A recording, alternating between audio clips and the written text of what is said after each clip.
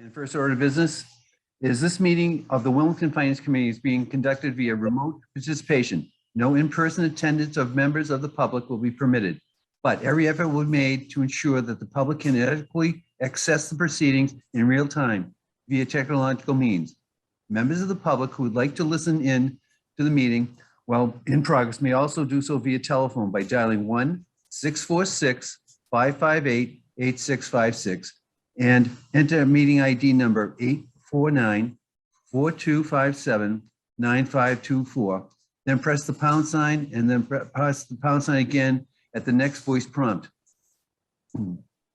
Members of the public attending the meeting virtually will be allowed to make comments if they wish to do so during the portion of the hearing designated for public comment by following the steps previously noted, then press *9 on the telephone keypad. This will notify the meeting host that the caller wishes to speak. In the event that despite our best efforts, we are not able to provide for real-time access, we will post a record of the meeting on the town's website as soon as we are able. At that point in time, let's call the meeting to order and we'll do a roll call.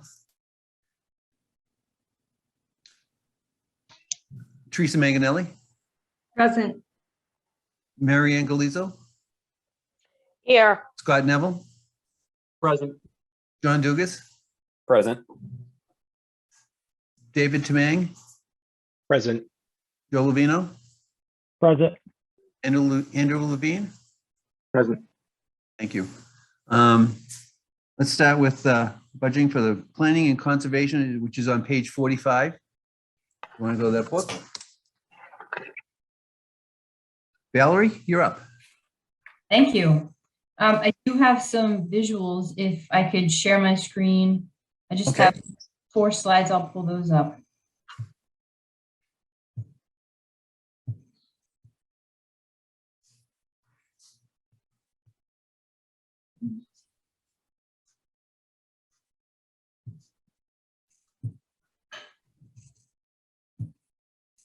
Okay. So Valerie Genrich, Director of Planning and Conservation. And I thought I'd start off tonight by just going over some of the things that we've been up to for the last year or so. We completed 4 different plans basically this past summer. One of them being the open space plan update that we completed, and we recently just weeks ago got a conditional approval from the state for that plan. There's a couple follow-up things that I'll be working on, but it allows us to be eligible for grants. We, in cooperation with the Economic Development Committee, we completed a rapid recovery plan for the town that outlines some projects that would aim to kickstart the local economy and support it. We completed the town's first municipal vulnerability preparedness plan, which outlines hazard mitigation for climate change and projects that can be done for that. And basically it's a plan that prepares you for grant applications. And then we completed an update of the hazard mitigation plan, which talks about typical hazards, natural hazards.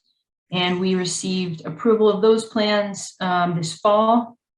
And things that I'll be up to in the next few months. I'm working on an RFP for a branding and marketing project that was outlined in that rapid recovery plan. I'll be working with the Economic Development Committee on that to hire a consultant, and we'll use ARPA funding for that. And then, as always, working with the planning board on proposed zoning changes. We're going to finalize those proposals next week at their meeting and submit those for the Springtown meeting. Looking forward to the next fiscal year, some goals that we'd like to achieve. Working with the Economic Development Committee, we're going to advance that branding and marketing initiative with the aid of a consultant, again with ARPA funding, and work with that committee to establish and facilitate a storefront improvement grant program for local businesses. And that would also utilize ARPA funding. And that'll be probably in the later part of fiscal year 2023 as a follow-up we're going to do one project at a time. So the branding and marketing first, and then the storefront improvement grant program. On the zoning side, we're going to be, I'll be working with the planning board to develop a zoning district that complies with the 2020 Housing Choice Act. We're required to have an as-of-right multifamily zoning district in town. There's a lot of different criteria that it has to meet. The state issued guidelines, draft guidelines just recently, and they're going to be going through a comment period, and we'll issue final guidelines later this year. But we'll need to do some rezoning and some tweaking of our zoning to comply with that. And you have the reason for complying is that if you don't, you're not eligible for certain state grants.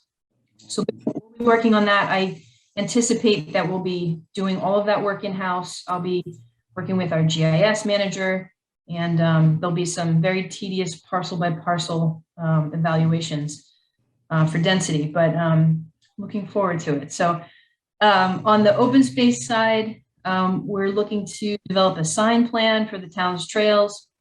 We're looking to do just a basic template for trailheads, for informational signs, and for trail markers, so that everything kind of looks the same at our trails.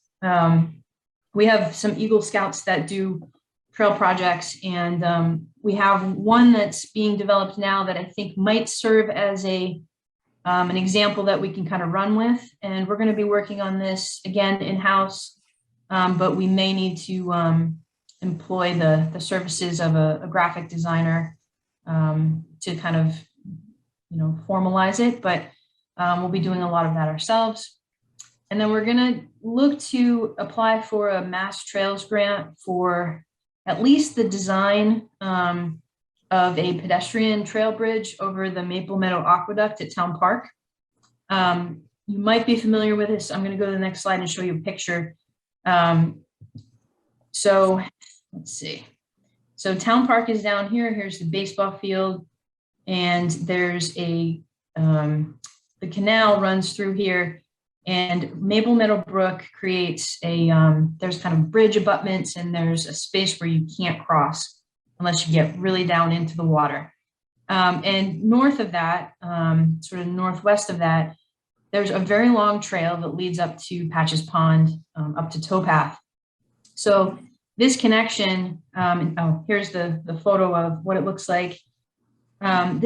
Connecting this would create a 2.5 mile trail.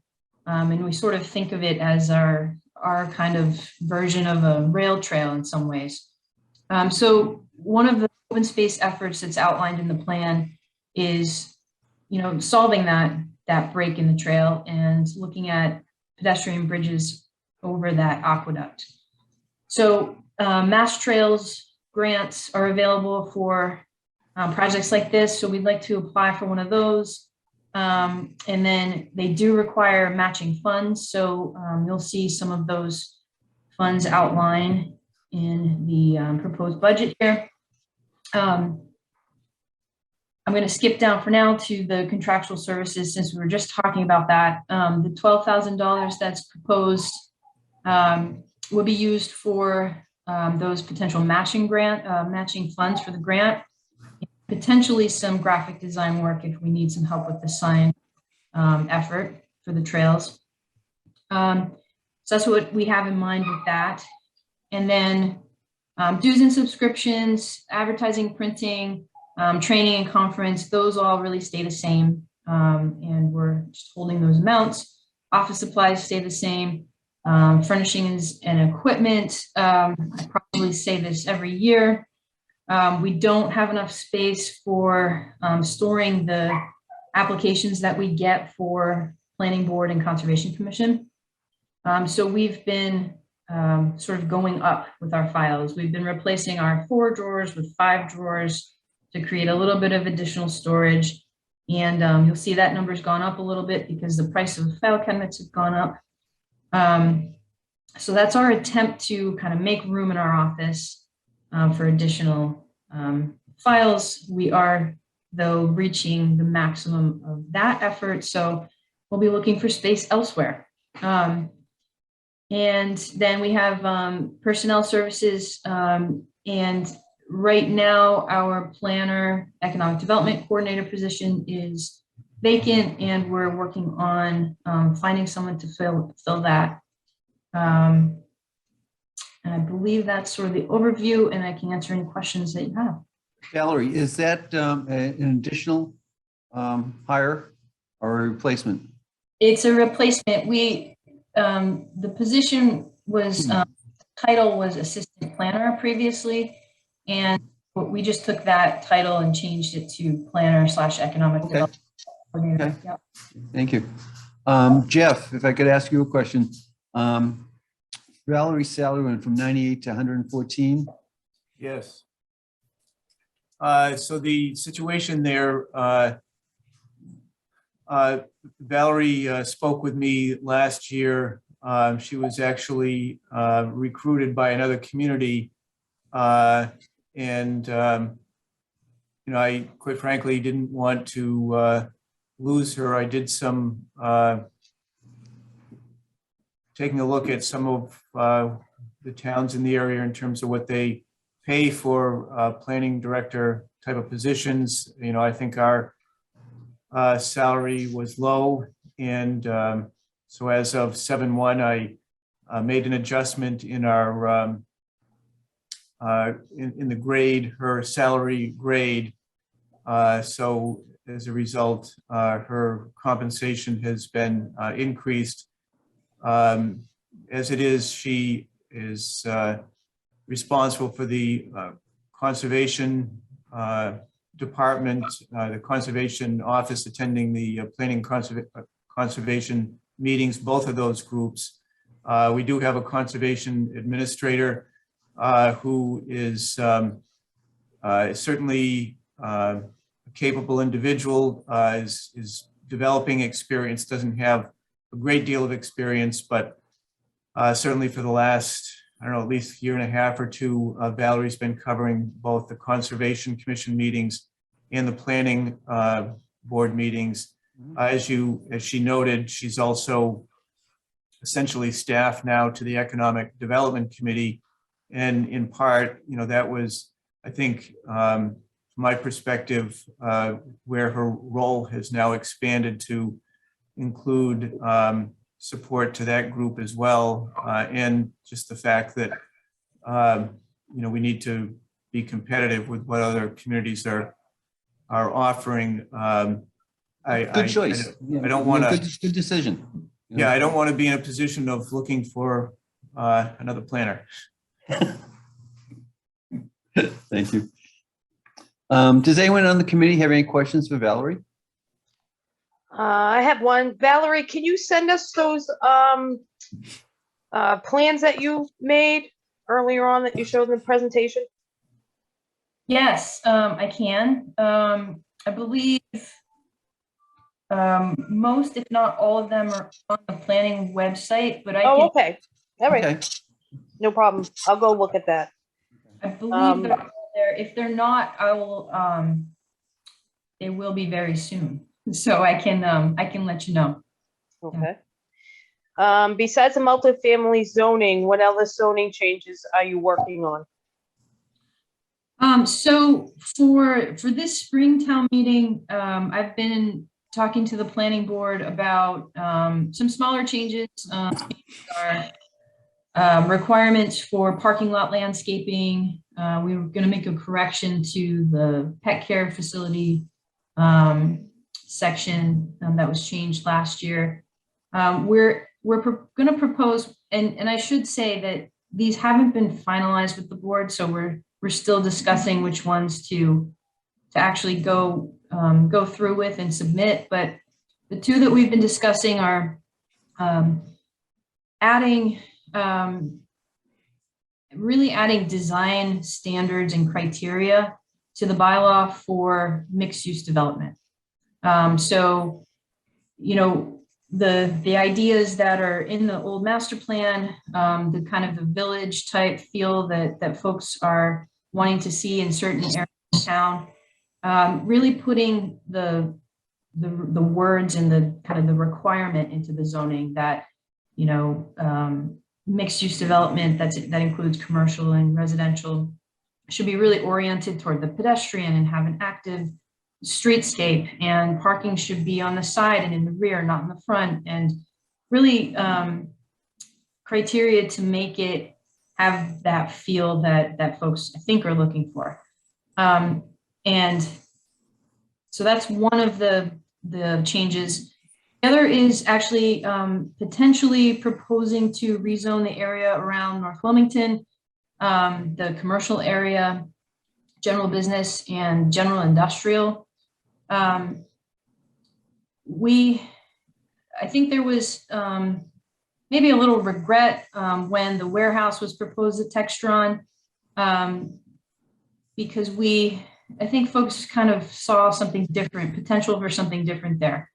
But it's zoned industrial, so warehouses are the types of uses that you want in an industrial area.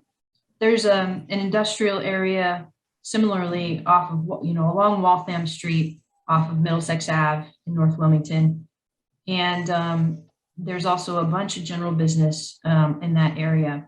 And for quite some time, back in the 2003 master plan, it's always been envisioned as a mixed-use village type of setting.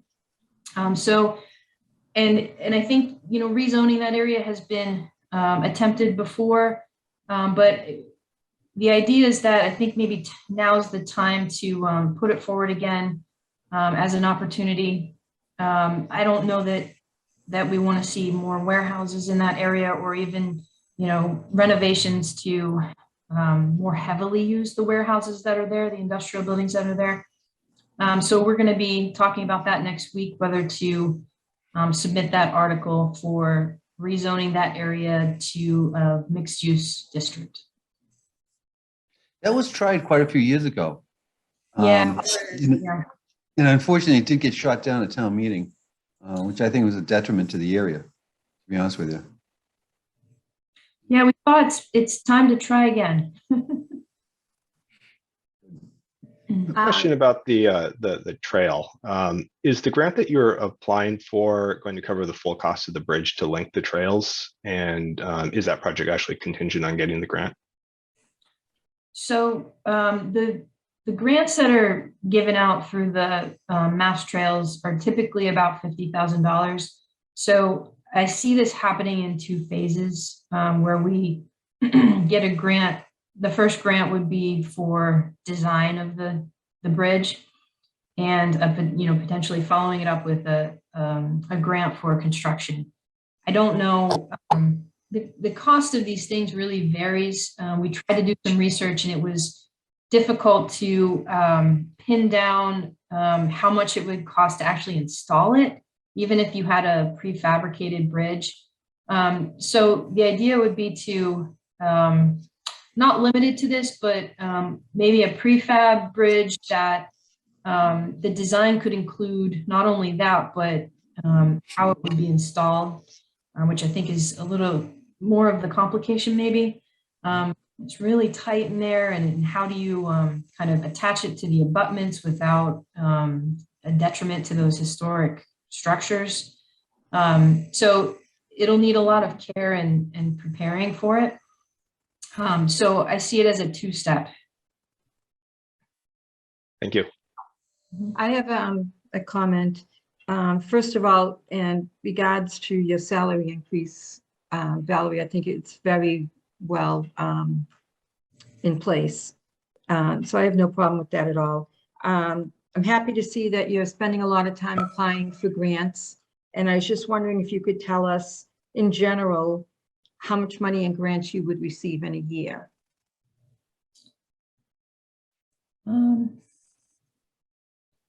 Just in general. I understand it might be different from year to year, but. Yeah, well, and I guess it depends on some of the grants, like the MassWorks grant. I guess I wouldn't count for our department, even though we're involved. But that was millions. But the grant to do the hazard mitigation and MVP plan was, I think, 31,000. We did the open space plan ourselves in-house. I would say last year was probably about that 31,000. Minus the MassWorks piece of it. And then in the next fiscal year, that Mass Trails grant goes up to about 50,000. And we'll be using some ARPA grant money too. Okay, great. Anyone else have any questions for Valerie? Valerie, I know, I forget if it was last town meeting or the year before, we had some like bigger areas of residential rezoning. I think it was like off of Salem Street down by the Tewksbury line was one area, where you guys have looked at it and said, they don't really fit what it's zoned for. Do we have any more of those coming up? We don't have any plan for this town meeting. We've been focusing on that North Wilmington area instead. But they do, this past year, I think it was the Mozart Ave area that we rezoned. And the year before that, McDonald Road. So we always have those areas in mind, but this year we thought we had our hands full potentially with the North Wilmington. Anyone else have any questions? I was also watching the selectmen's meeting the other night, and I just had, I wanted to make sure I was understanding the 40B proposal correctly. That's up on West Street. So the one on Jefferson Ave, that one's on hold because of the appeal to the Conservation Commission, right? Right. And that opened us up for the one on West Street, right? Right.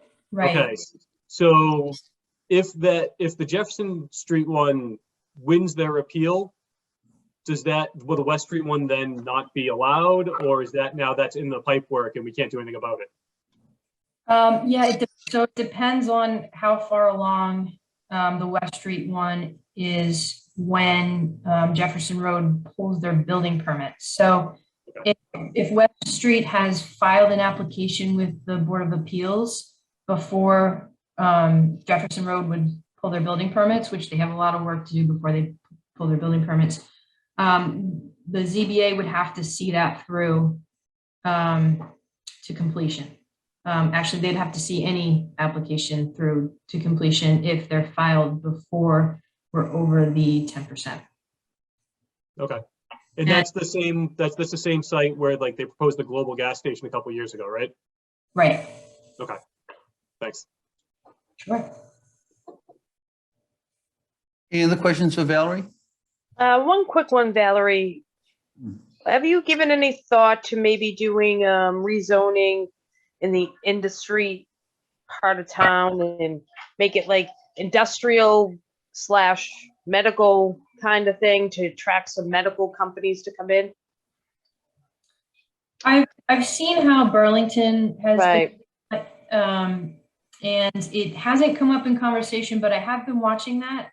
And we do have some, kind of medical industry in our industrial zones because they're very general.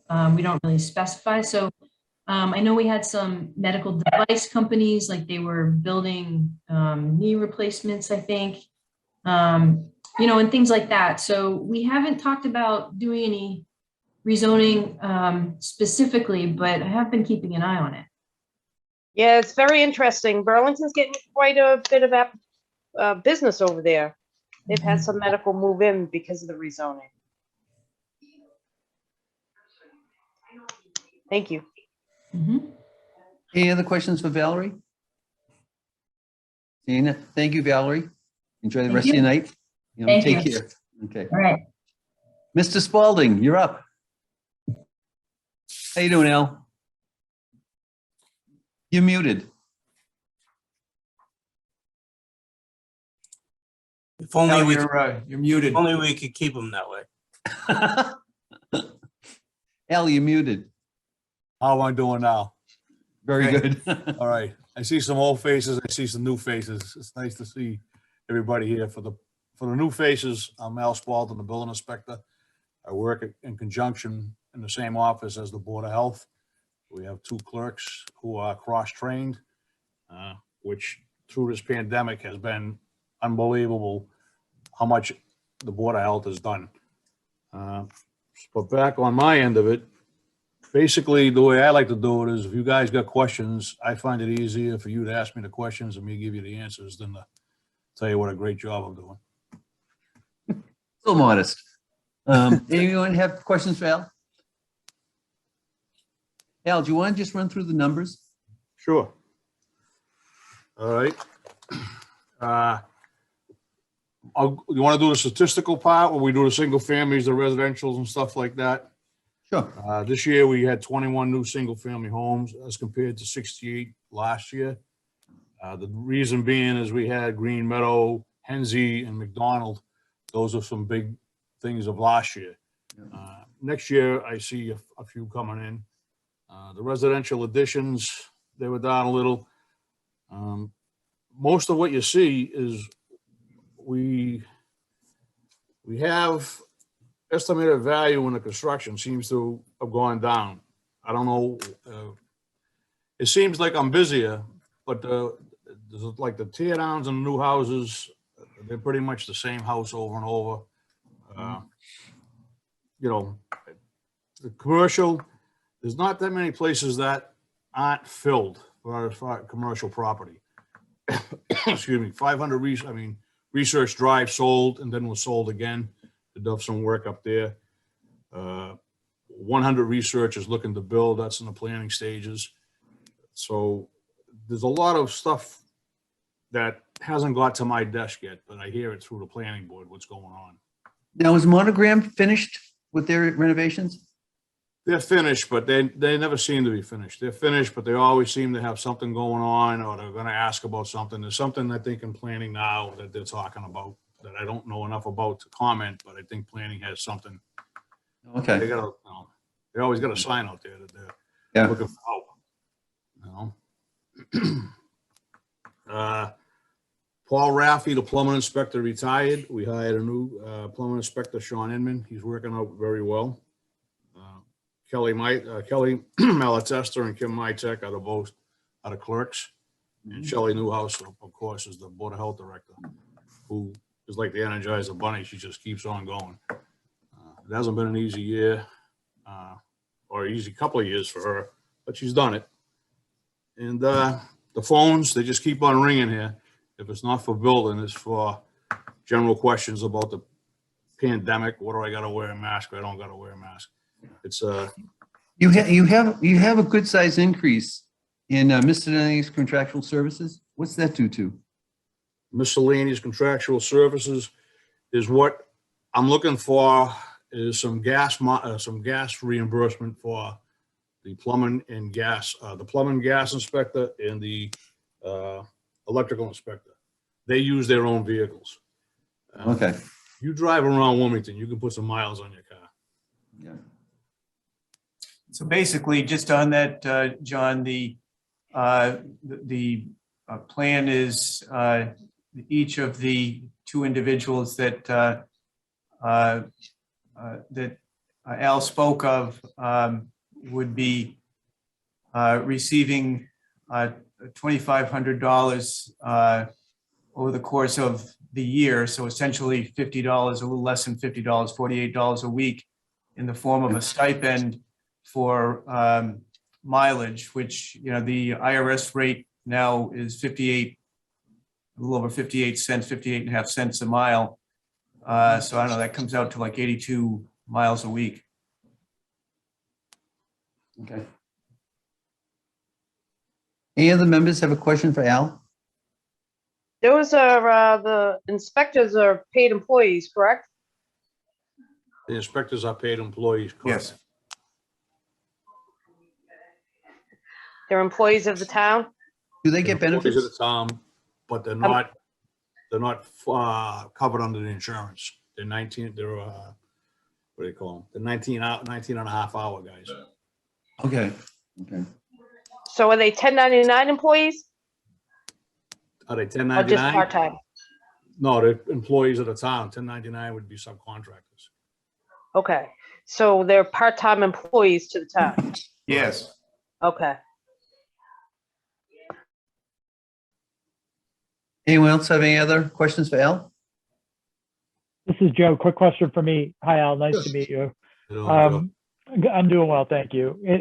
In regards to the gas and plumbing inspectors using their own vehicle, were they using their own vehicles in previous years and just not getting reimbursed for the mileage? Is this something new, or did something actually change? They've always used their own vehicles. This is something that I always wanted to bring up in through the course of time now with gas riding and all of this here. When Sean Inman applied for the job, he did request that we take a peek at it. All right. So at that point, I thought it was only fair to him and fair to the town that I bring it up. And now it's in your hands. Gotcha. Thank you, Al. Al, do we get copies of their insurance policies? To know what they have for coverage? Just the regular, policy that they have on their car. That's it. Right, but do we know how much coverage they have? No. Okay. Yeah, Jeff, on the town's policy, do we have non-owned and hired? I believe we do. I would want to confirm that with Carrie, but I believe we do. Okay, thank you. Anyone else have any other questions for Al? Seeing none, thank you, Al. You're Enjoy welcome. the rest of your night. Shelly, you're up.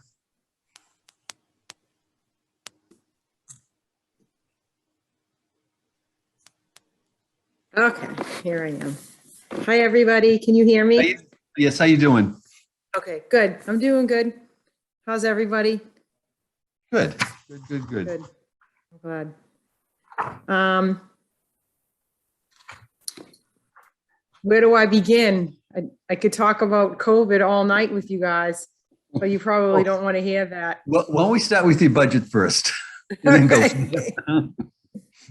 You know. So my budget is pretty much the same as last year. There's really no increases, or I'm not asking for anything else. So I don't know if you guys had any specific questions about the certain line items that I have on my budget, or I can go through each of them if you want. Actually, you missed miscellaneous contractual services. What's that entail? So my miscellaneous contractual entails paying for the beach testing at Silver Lake. So I test the beach every Tuesday through the swimming season, and we pay for that. We also pay for the kiosk at the police station for the sharps. Residents can bring down their sharps, and we pay for pickups. That's been quite busy, almost maybe twice a month. Star Recycle comes down and picks up. We also switched over paying my food inspector, Mark Masiello. He is in miscellaneous contractual. Okay. So we used to pay him under our salaries other, but he's a subcontractor. So we're paying him out of there. I also pay the rabies clinic out of miscellaneous contractual. We do that every April. So we pay to have a rabies clinic. Trying to think what else I pay out of there. Those are about pretty much the big items that I pay out of miscellaneous. Okay. And the Mercury. That's it. Mercury. Sorry, I didn't hear you. Oh, our Mercury pickups. Yeah, so we take in light bulbs from residents and from all of our town buildings, and Mercury light bulbs, like fluorescent light bulbs, have to get recycled. So we have a shed down for public buildings, and then I take them in at the town hall. I have a box, and we get a pickup a couple times a year for that. Okay. Your clinical expenses, that should have gone up quite a bit this year, shouldn't it have? Yeah, are you still getting grants? So my clinic expense, what I use for clinic money is for buying mostly vaccinations. The Okay, big one is our flu vaccination. So we purchase a ton of flu vaccine where we used to get the flu vaccine from the state. They're not really supplying it anymore, only to those that are under 18 or uninsured. So Okay. we purchase high dose for the seniors and then regular flu shots, flu vaccinations for the general public and for the students. So that's where I get spend most of my money for clinics and any other sort of vaccinations. We buy shingles, the Genrich, we buy the pneumonia, Yeah. hepatitis, any supplies that I need to run the clinics, I take out of the clinic expense account. And we also get reimbursed for any vaccination that we give out, as long as the person has health insurance. We don't require it, but if they have health insurance, they want to give it to us, we get reimbursed through the state, through program run through UMass, and that money gets sent back into the general fund. So actually, you've got nothing coming out for COVID then on that? No, nothing came out of for COVID at all. COVID really everything was given to us by the state. How is that fund doing? Because we'd spoken, a while ago, if you needed more money to take it out of the reserve fund. So how is that fund, is it stabilized? Is it shrinking a lot, or? So I was sending everything through the CARES Act up, and that was until the 31st of this past year. So now I'm taking everything out of miscellaneous contractual, and then eventually I think Jeff will take it out of the ARPA funds, or however, that means paying my contact tracers and paying my extra nurses that have been helping out. I got to tell you, this past winter, really up until last week, was crazy. I can't even believe, I thought it was busy last winter. This topped it. I mean, with the surge that we were in and the amount of work that my whole team had to do, it was really just started to, I wouldn't say get a break, but slowly our cases are coming down, so our workloads are lessening, which is nice. Okay, that's good. That's good then. Does anyone else have any questions for Shelly? Any indication from the state when they might stop doing the contract tracing? Have you heard I anything? got it. So contact tracing is winding down we're really focusing now just on the high risk groups and the kids. So we'll do contact tracing for K through 12 and for our high risk group, which is our, over anyone that's hospitalized, seniors, or if we have any clusters. But it's never really going to go away, because it's sort of like the flu. If COVID is going to stay, we will investigate every case. But we'll only investigate those cases such as, like I mentioned, K through 12. The school nurses have been helping out great. And anyone, our senior population in any clusters. We have a lot of companies in Wilmington, large companies like Amazon, Analog, a lot of companies up on Ballardvale. And I work with them on a daily basis now, helping them to manage their COVID clusters. So they have to report to me whether they have 3 or more cases. So bigger companies like Amazon, every day I'm getting a spreadsheet of helping them manage their cases and trying to help them control their spread if they have any.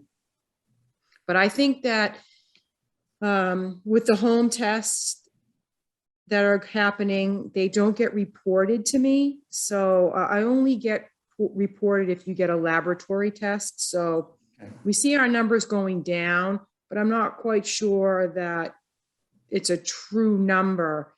They're only going down, the ones that are being reported to me. So if PCR tests will go away, which I don't think they will, but they will go down a lot, obviously our caseload goes down.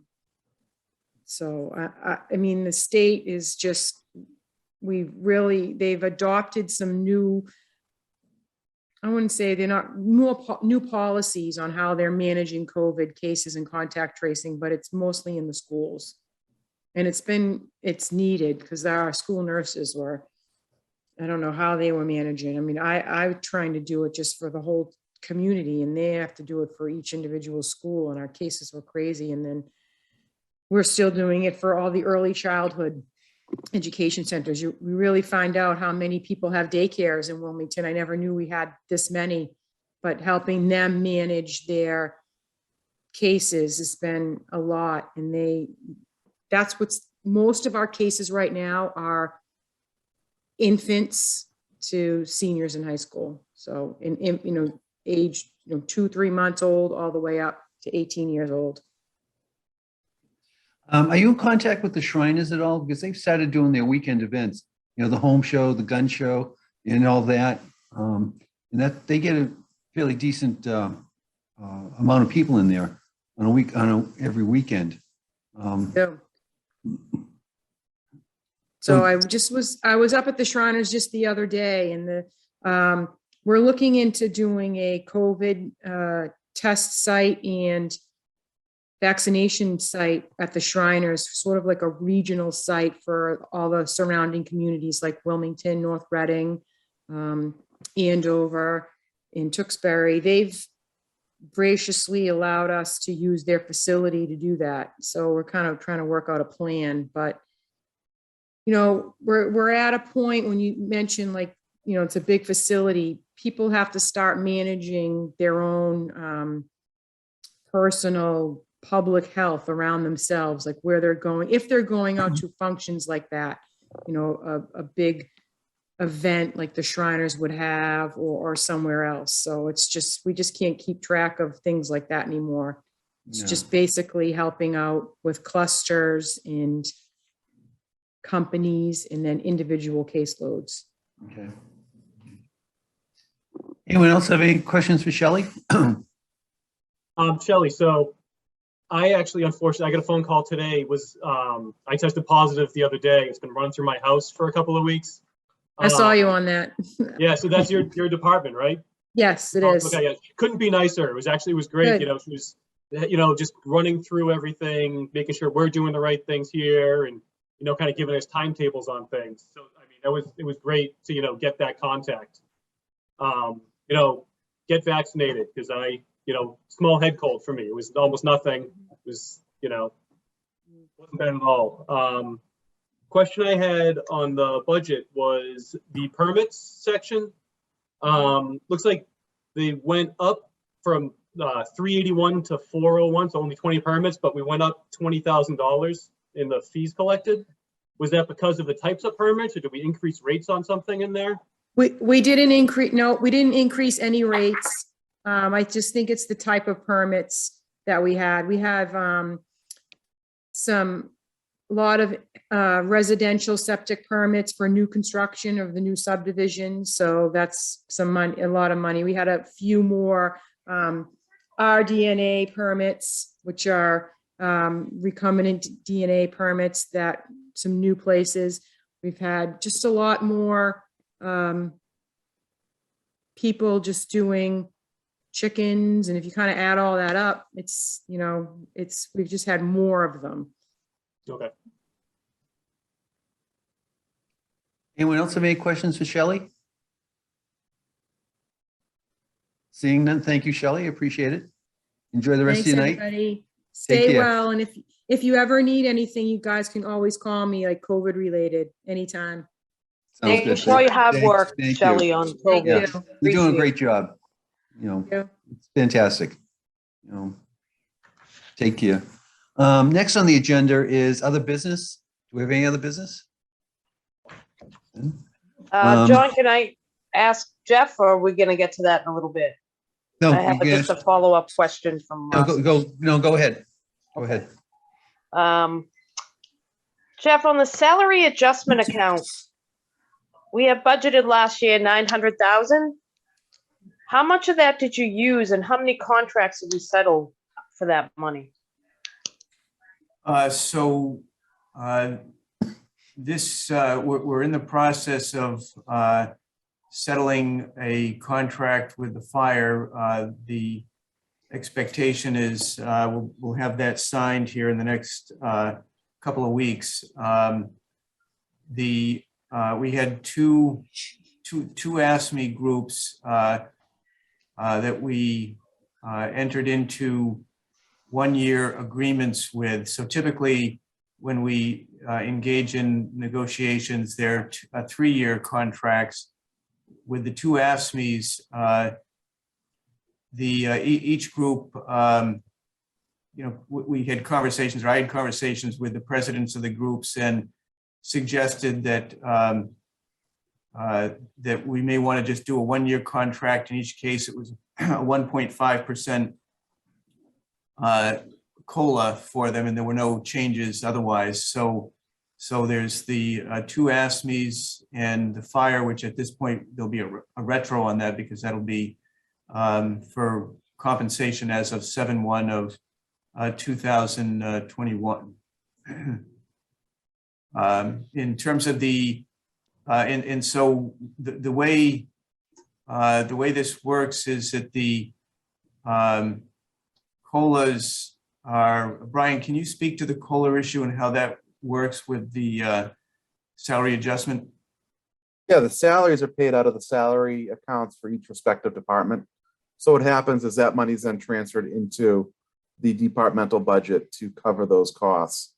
I believe, to get to your question, for FY21, I believe it would have been the Police Superiors Union that was the biggest of the outstanding contracts at that point, that was settled after the fact. So that wasn't reflected in the 21 budget, but was settled after the fact, had a retro payment issued. And then I would say it was probably all told probably 350 to 400,000 transferred out among the respective groups to cover the salary adjustment last year for FY21. Okay, so that left us, 500,000 in that account from last year? There was some other charges though too. There was charges directly charged for hiring, for physicals, for testing, that sort of thing that goes with personnel costs. So there was a decent amount that was turned back at the end of last year though, correct? I don't have it offhand, I'm sorry. Okay. So then we had three contracts that we had to settle out of that 900,000 in last year, right?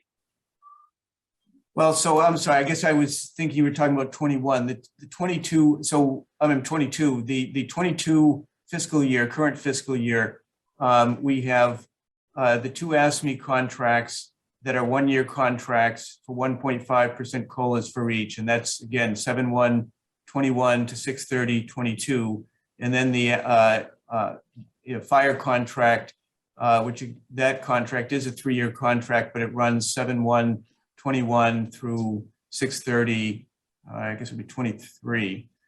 So those will come out of the, or at least the first year in the case of the fire, and the two ASMEs will come out of the 22, eventually come out of the salary adjustment in 22. Okay, and that's what Brian just spoke to, about 350 to 400. With taking That was those in three 21. contracts in. No, that was 21, Mary. Oh, it's 21. Okay, Yes. I was talking about 22, but we don't know. No, yet? we don't know yet. We're Yeah. still in the process. Okay. Okay, thank you. Any other questions for Jeff or anyone else? Brian? No? We don't have minutes for approval tonight. We will be doing it on February 1st. And if anyone else has any questions or items to bring up, please bring it up now. No? John, do we have any public comments? Mr. Chairman, we do not. Okay, thank you. At that point, then I'll entertain a motion to adjourn. Motion to adjourn? Is there a second? Second, Okay, we'll do a roll call. Teresa Manganelli, Yes. Mary Ann Galizo, yes. John Levino, Joe Levino, I'm sorry. Yes. Okay, John Dugas, Yes. Scott Neville, Yes. Andrew Levine, Yes. David Temang, Yes. myself, yes. So we are now adjourned. Thank you, guys. We'll see you all on Tuesday.